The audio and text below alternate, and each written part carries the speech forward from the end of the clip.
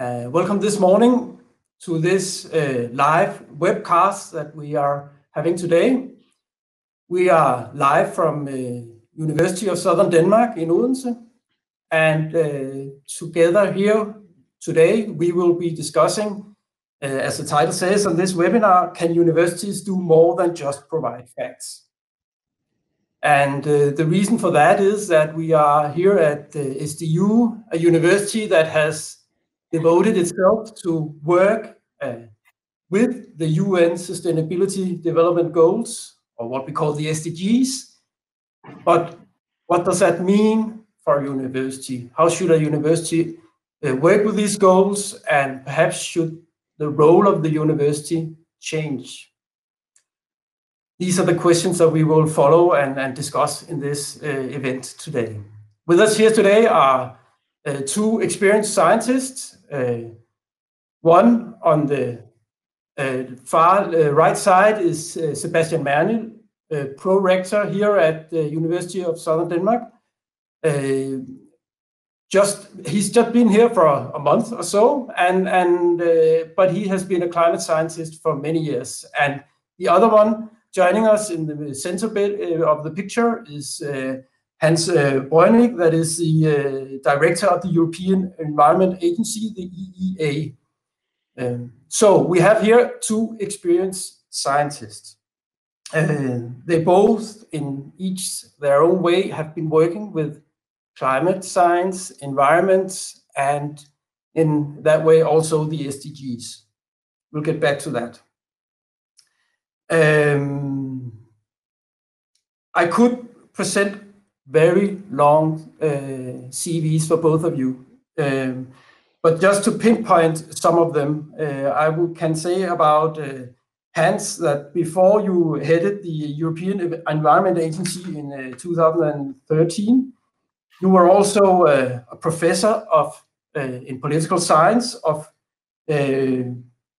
international relations and global environmental governments, and you still have this professorship at the University in Leuven in Belgium. And for Sebastian, I could also give a long list of all your different doings in climate science, but you are also a full professor in climate change and glaciology, and you are also still affiliated with the University of Bergen, sorry.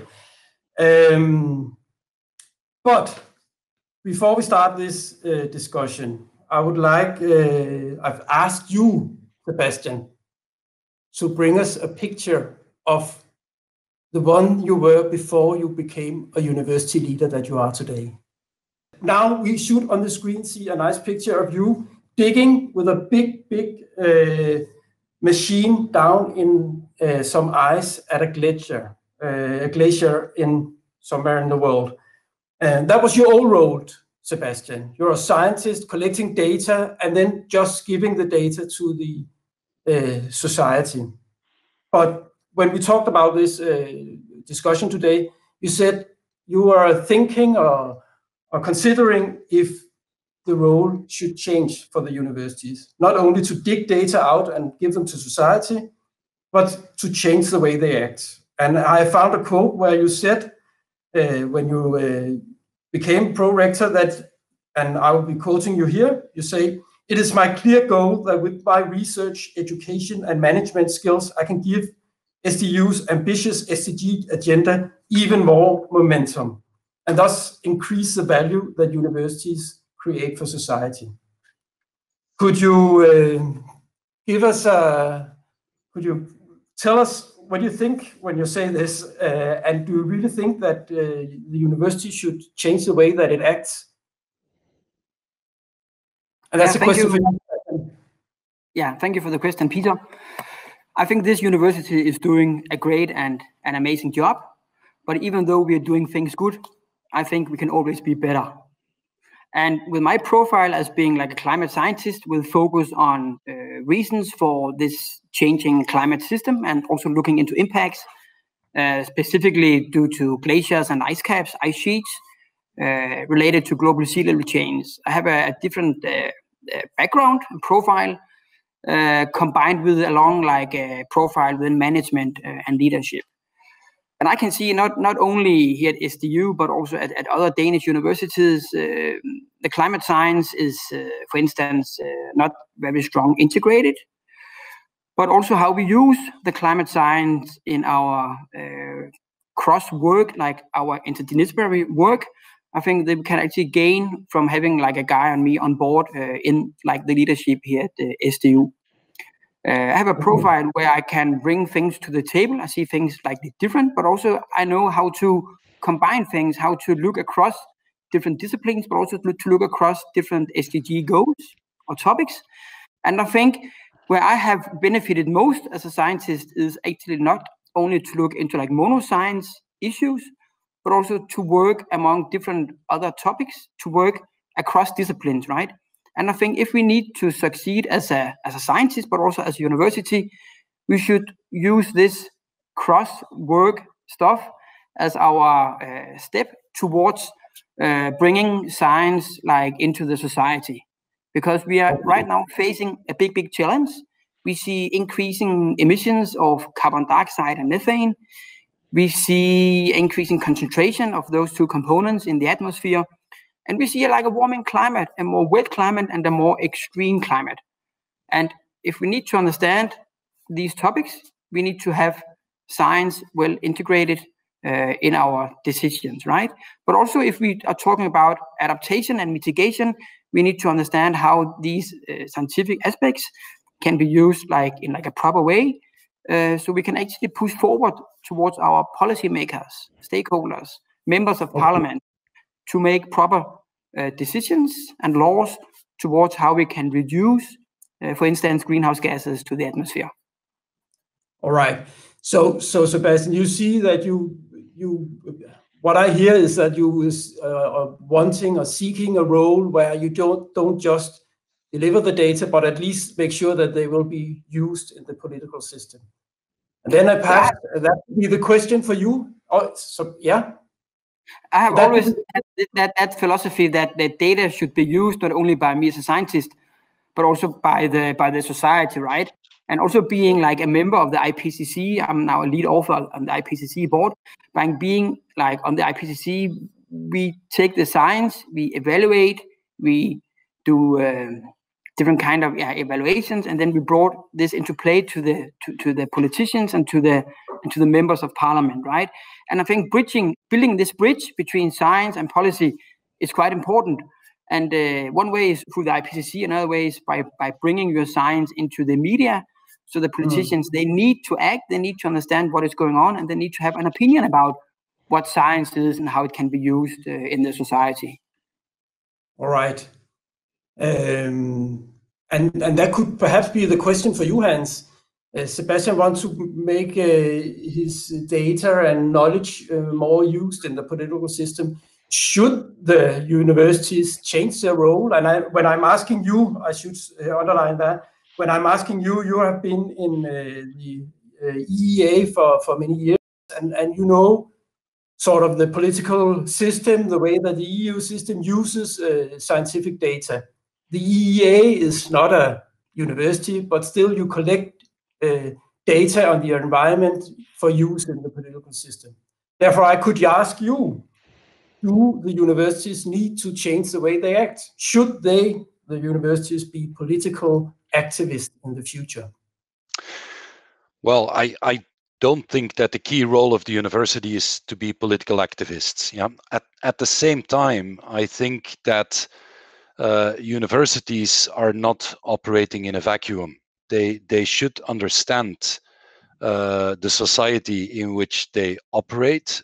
By the way, they are mostly paid also by society through taxes. So I think that it's their role also to give back to that society, and they should reflect very carefully on what the role of knowledge is, given the challenges that we are facing. And the Sustainable Development Goals are really pointing at critical challenges in climate, in biodiversity, in how we use resources, but also in inequality, in urbanization, in health issues.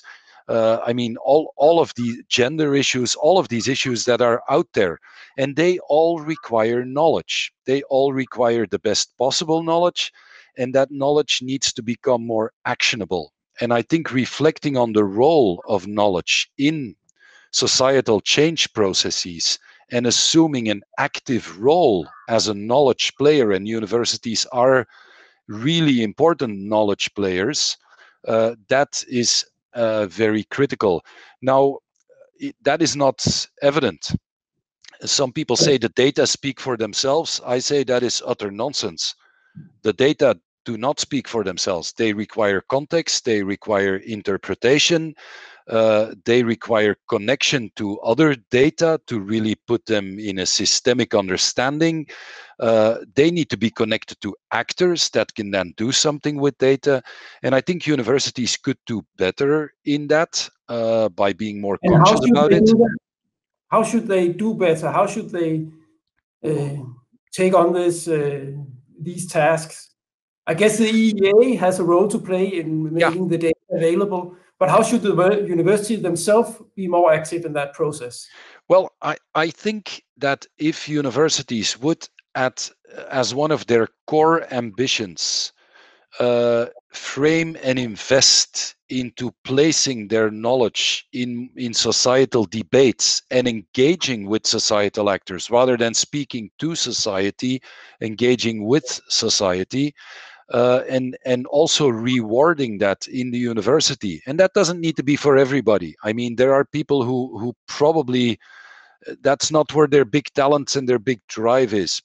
But to do that in a more organized way, how do you look at a university as a collective undertaking that has a collective role to play in societal debates rather than individual professors who happen to be good and interested in that? That would be a thing.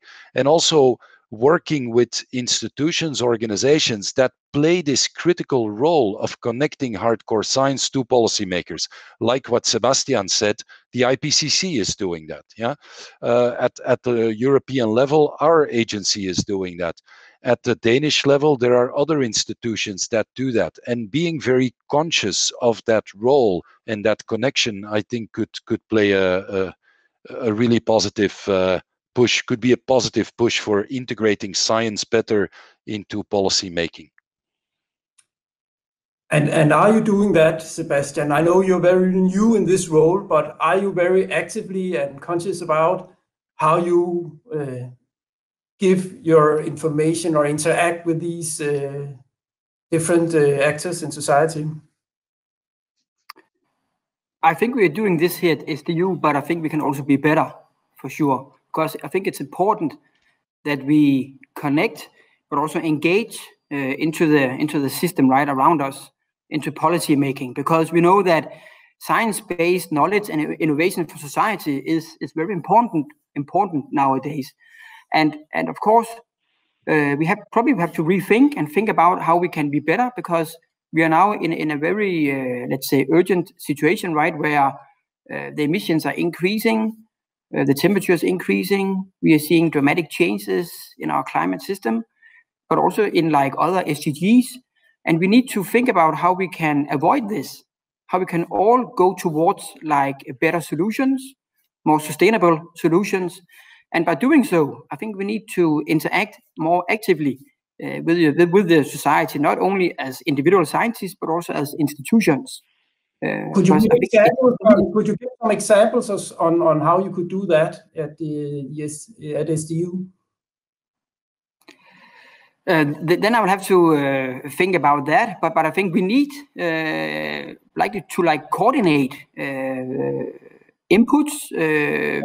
We need to coordinate messages towards policy making persons, to the political environment, instead of just one scientist here and there are providing their knowledge and their opinions about things, right?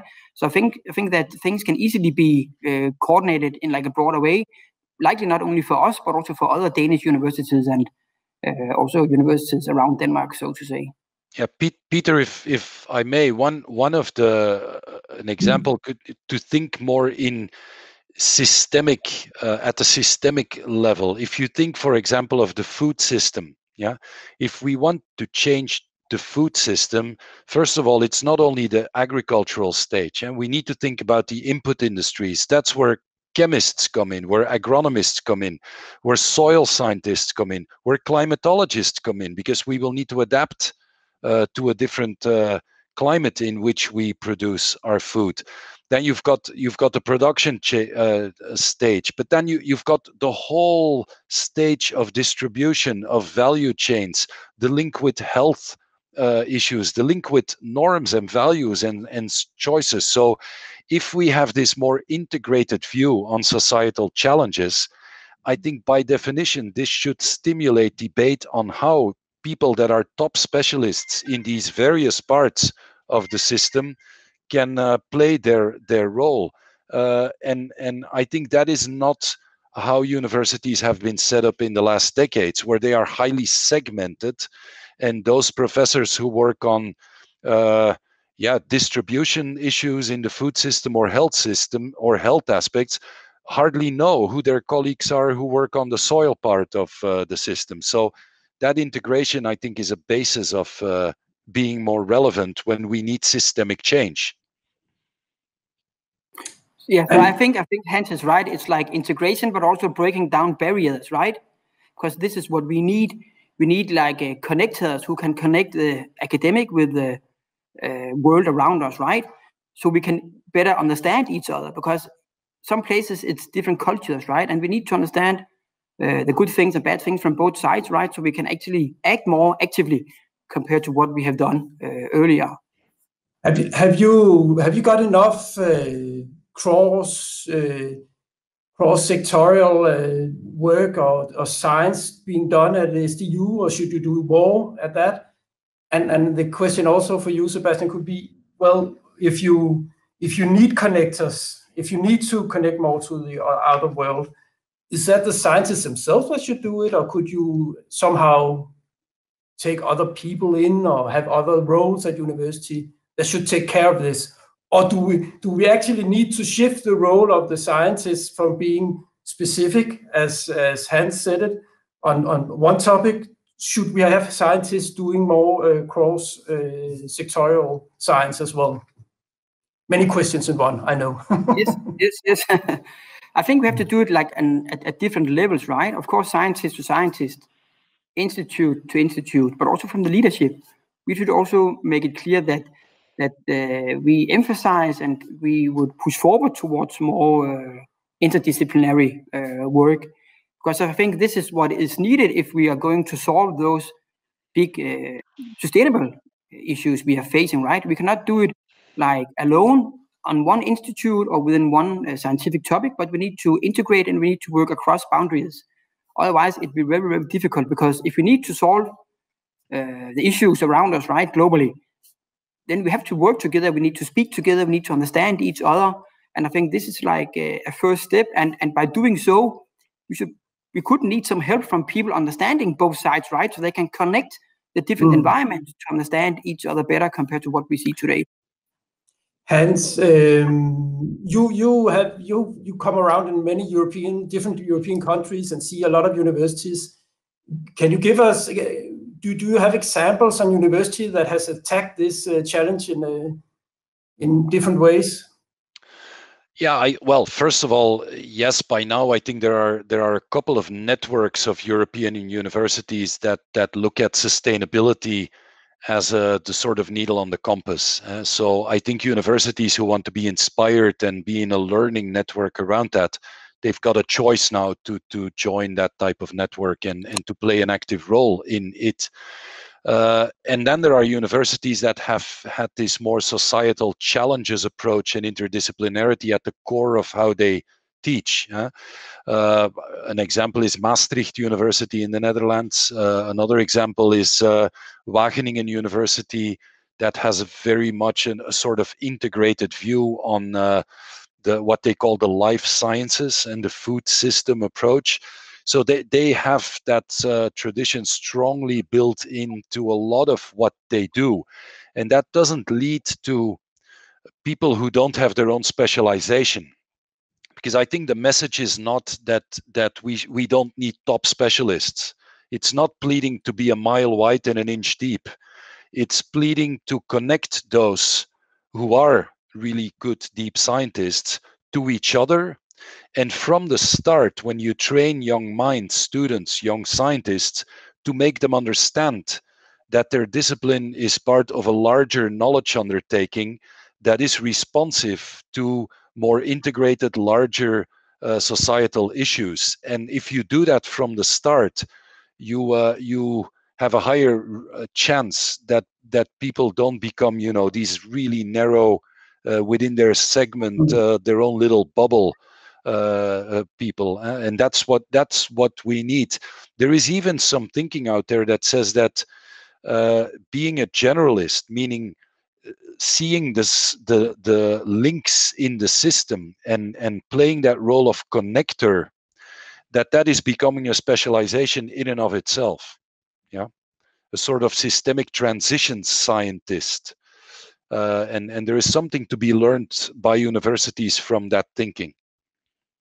Do we need new educations then to educate a special breed of students to take on this role, or or how do we actually do it when thinking about educating the future scientists? Well, I mean, Sebastian is in the leadership in the university, but what I can say is that I think students should understand the challenges that they will face during their whole adult life and their professional life.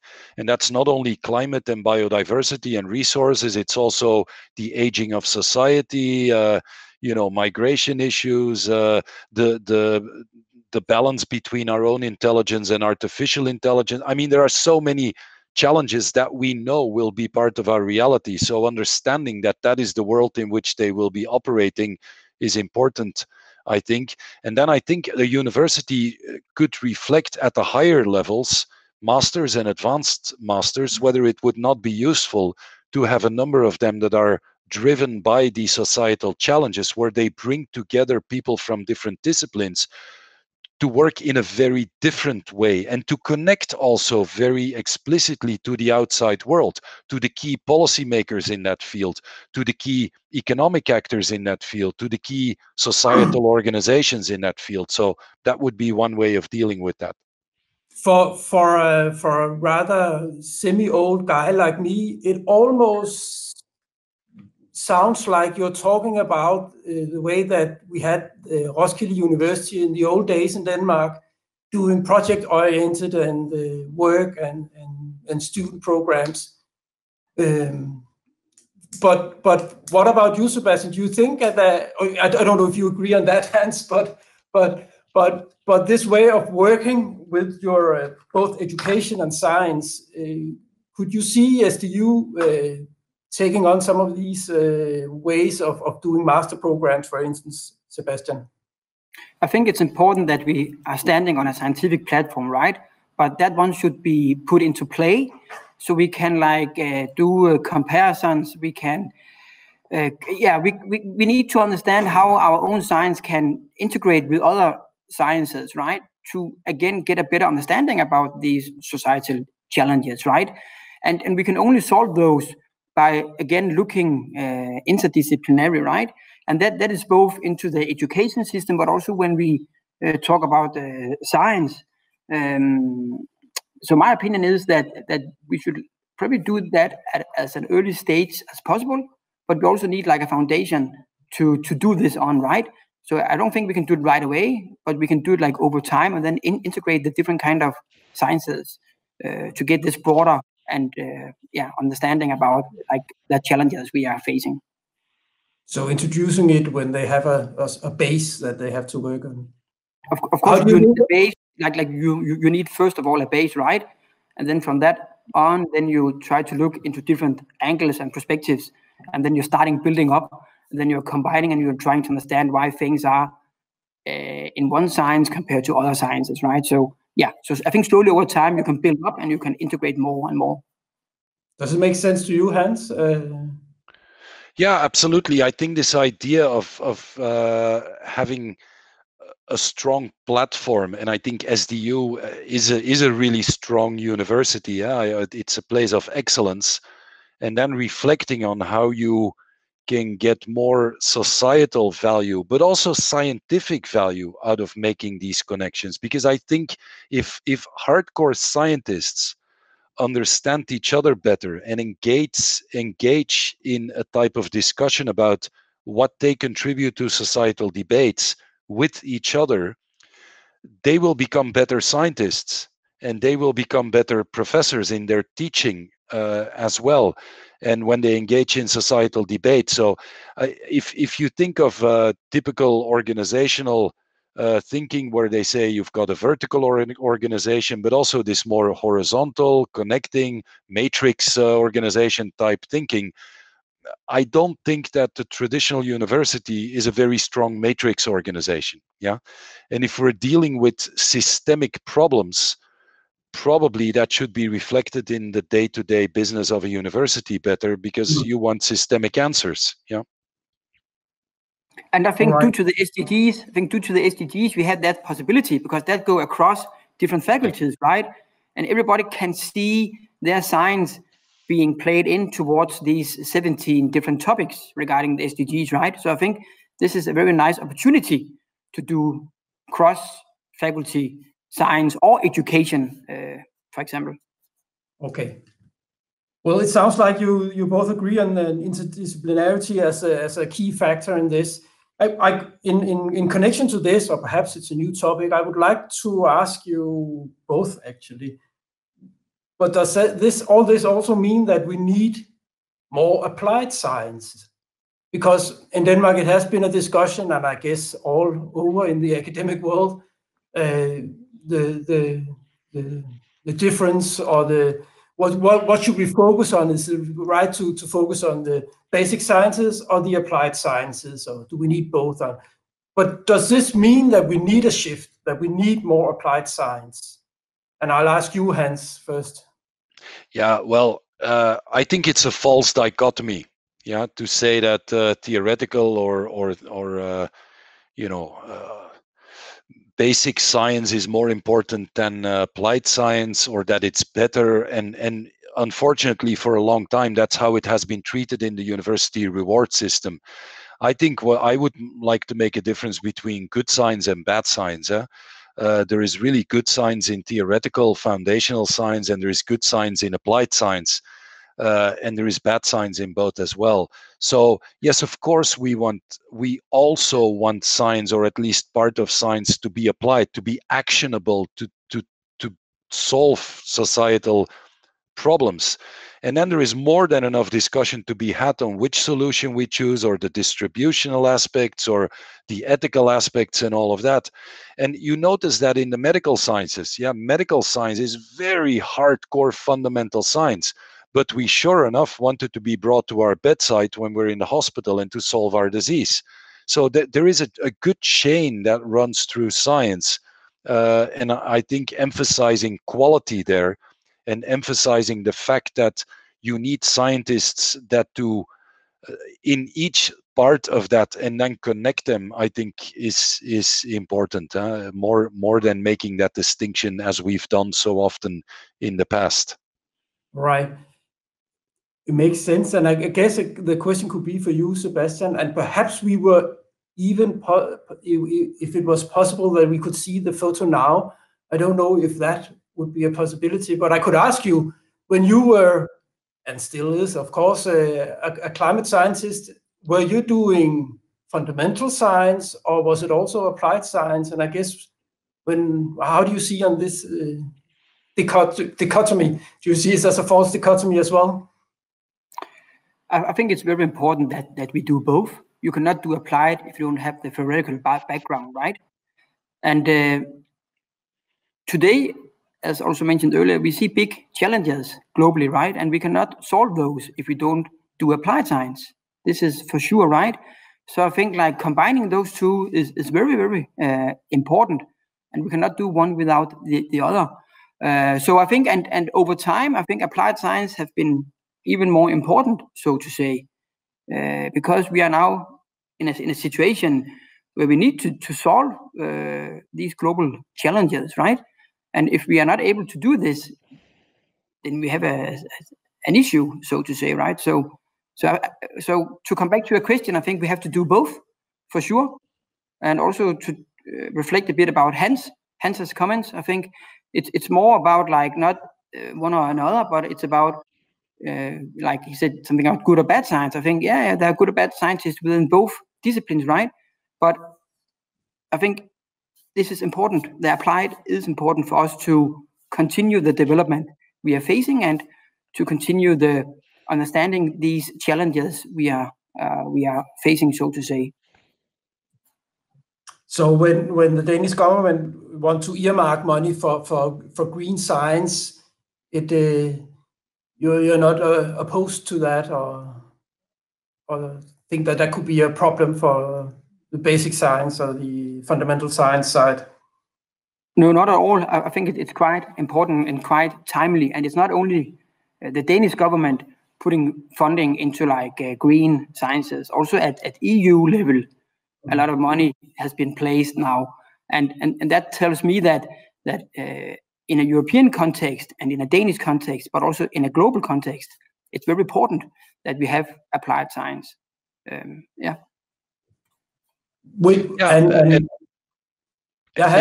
Choices have to be made. I mean, if we are serious about the SDGs and serious about climate change and serious about biodiversity loss, and I mean, what are we going to do? Brown science? I mean, we've got issues to deal with in society, so it should be the norm. Yeah, I and this is maybe a bit of a harsh statement, but we should not be funding science that today anymore that is looking into further exploration of oil fields and coal. That makes absolutely no sense given the challenges that we are facing.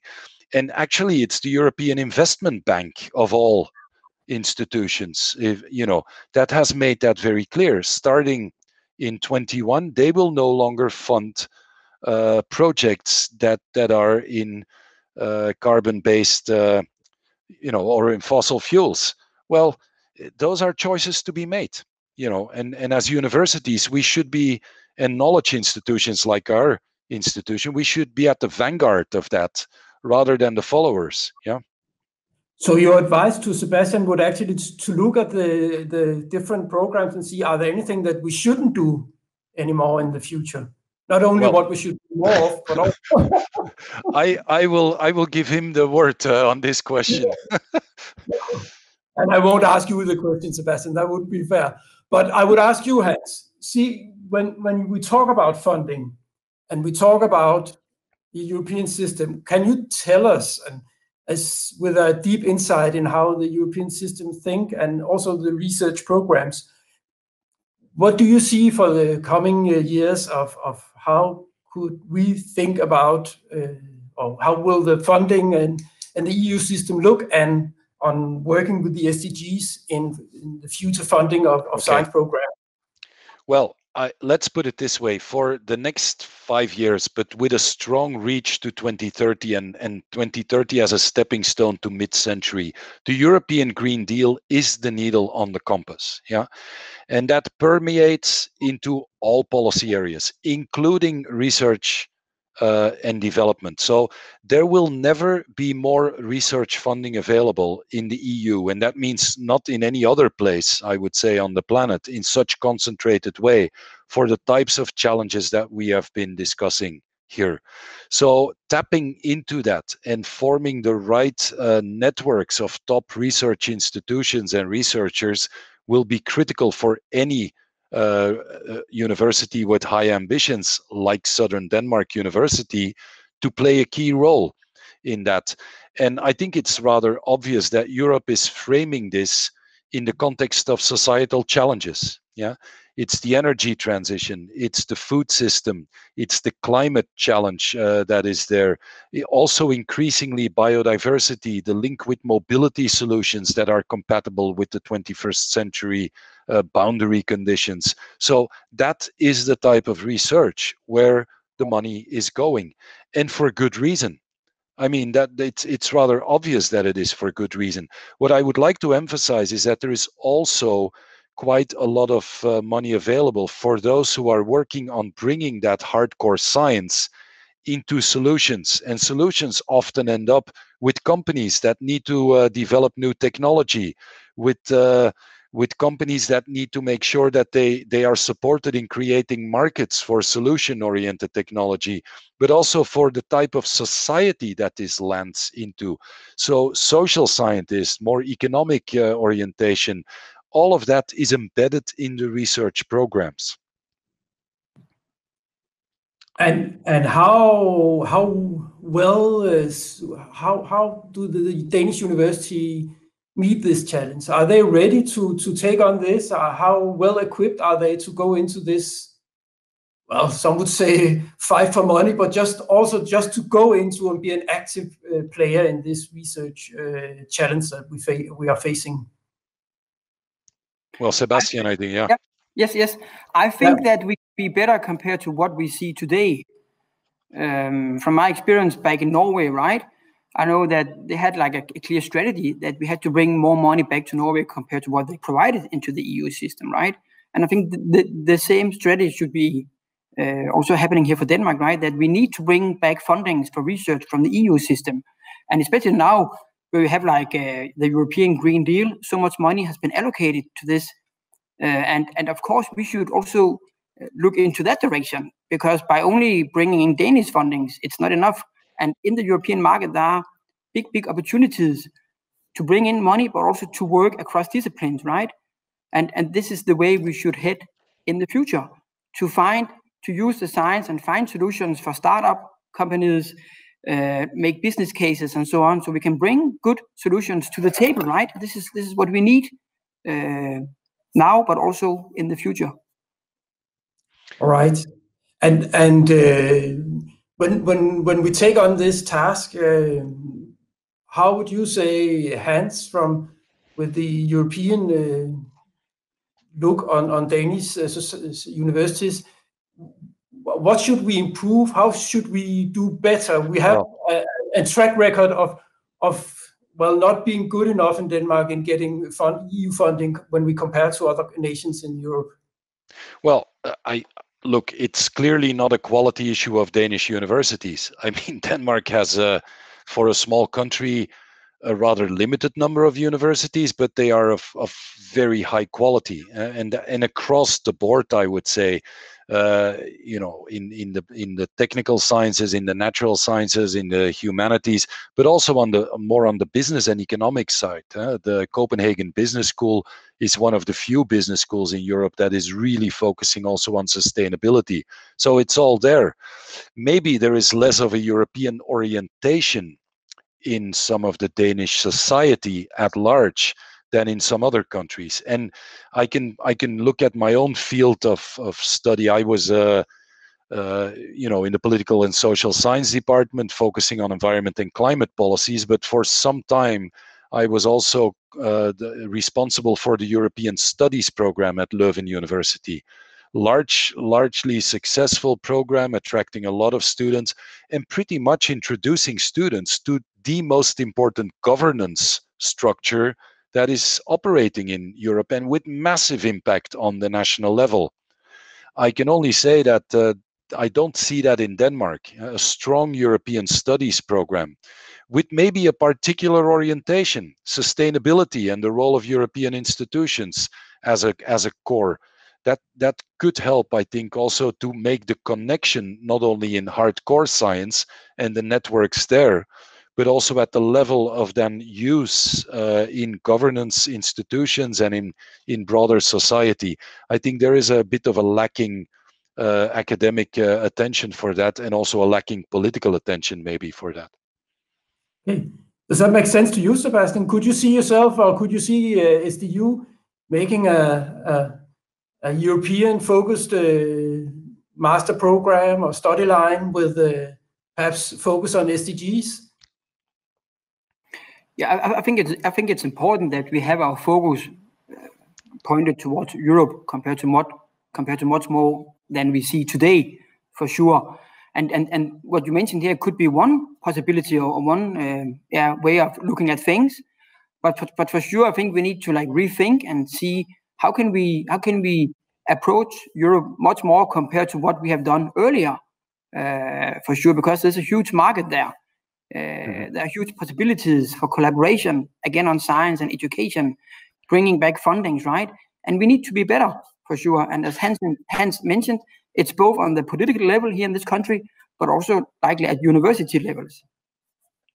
Yeah, if I could add it, I agree with Sebastian that my suggestion, of course, we all have our own background. I'm more in the social and the political sciences. But if you think of the whole digital economy, where most of the companies are American companies or now Chinese companies also, what is the European brand of the digital economy? Is it a brand that is focusing on its contribution to sustainability, on good access and rights for users and citizens? I mean, what is the European brand? So you can embed, I would say, a European level, a European value system, a European sense of direction in many ways in your university. It doesn't have to be the traditional European studies program, but at the same time, that is lacking in Denmark. Yeah. Okay. So we need to look more to Europe and perhaps think more European and act more European in the universities as well.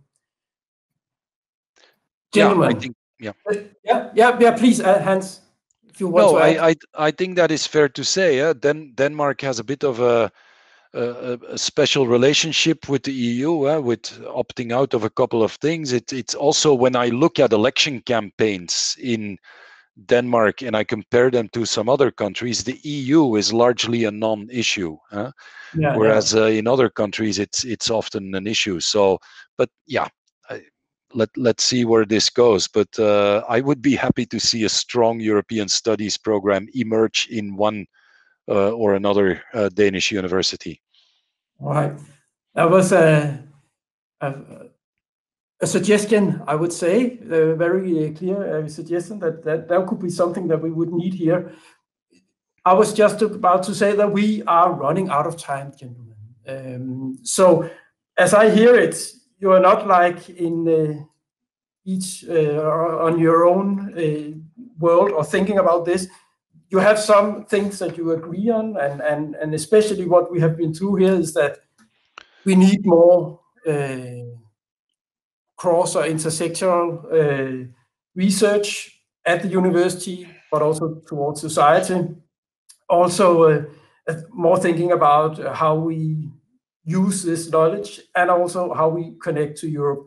But instead of me summing up all of this, perhaps I could ask you, Hans, as the experienced in how to act with science in a political sphere as well.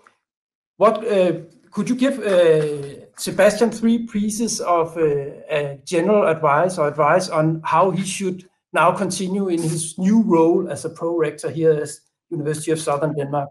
Ooh, that is a daunting task, and I hardly dare to do this. But one is, I think it's really great that SDU has chosen the SDGs as the needle on the compass. Yeah.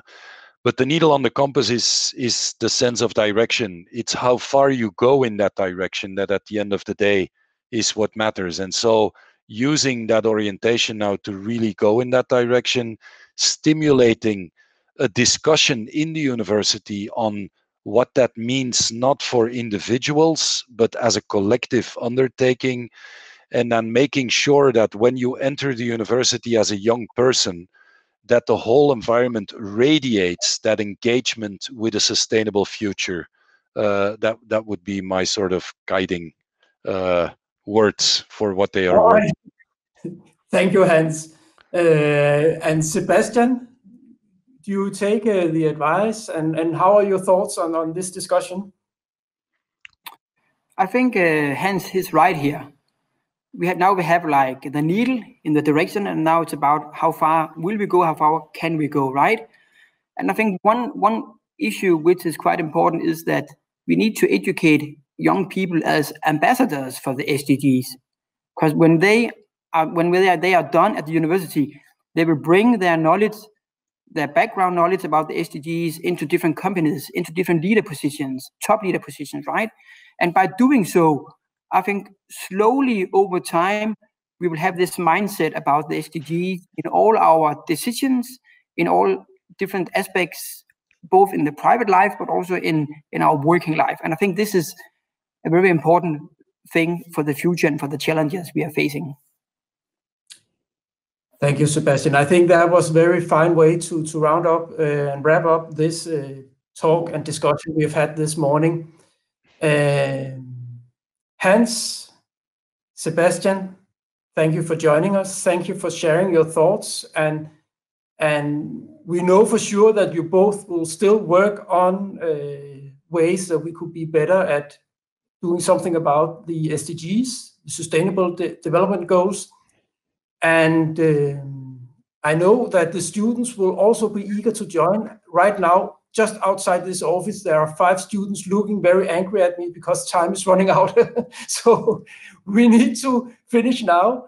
But again, thank you both for joining us. And to all of you that has been listening and watching this, you can still follow this. You can see this again on the SDU website on SDGs. And also there will be a lot of more information on how Sebastian and the rest of SDU will tackle this big challenge in the future years.